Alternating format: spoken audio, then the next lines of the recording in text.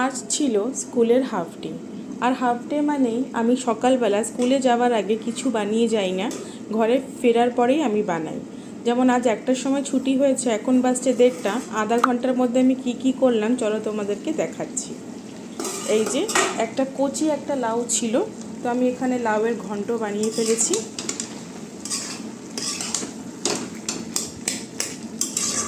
এখানে 1.5 কেজি মতো লাউ আছে। আর দুপুরবেলা ভাবলাম যে আজকে রুটি খাবো, তো ওই জন্য এখানে যে আটাও মাখা হয়ে গেছে। আর এখানে আমি করছি এয়ার ফ্রায়ারে ফিশ ফ্রাই।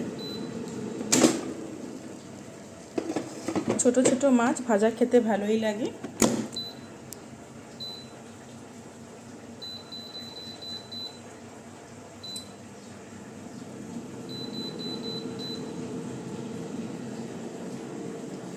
আর যেদিন ফুল ডে থাকে সেদিন তো সকালবেলাই বানিয়ে যেতে হয়।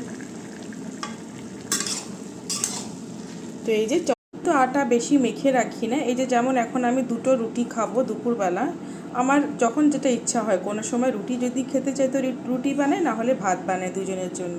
আর এই যে আটা এটুক রেখে দিয়েছি, এটা হচ্ছে রাত্রে আমাদের দুজনের এখানে রুটি হয়ে যাবে। তো আমি বেশি বানিয়ে রাখি না, তাহলে এটা কালো হয়ে যায় আর খাওয়াও সেটা ভালো না।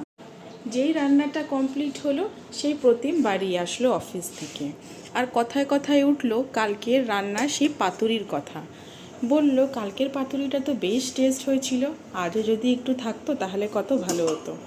আমিও সে ভাবলাম ঠিকই তো বললো, পাতুরিটা এত টেস্ট হলো মানে কালকে আমরা বেশিই খেয়ে ফেলেছি। ওই জন্যে মাথায় বুদ্ধি আনলাম আর চটজলদি এটা করে ফেললাম। কি বলো তো, পাতা ছাড়াই পাতুরি। কলার পাতা তো নেই, কালকে যা আনা হয়েছিল শেষ হয়ে গেছে, তো পাতা ছাড়াই আমি পাতুরি করছি এখানে। সেই একই জিনিস, বাট পাতা নেই। তো এর মধ্যে বেগুন, আলু, পেঁয়াজ, রসুন সবই দেওয়া, যা যা মশলা লাগে। আর এই যে বসিয়ে দিলাম মাছ। তো ব্যাস আরেকটা আইটেম হয়ে গেল। আর ভাত কম পড়বে আমি জানতাম, ওই জন্যেই পাশেই কুকারে আমি বাসমতি রাইস বসিয়ে দিচ্ছি।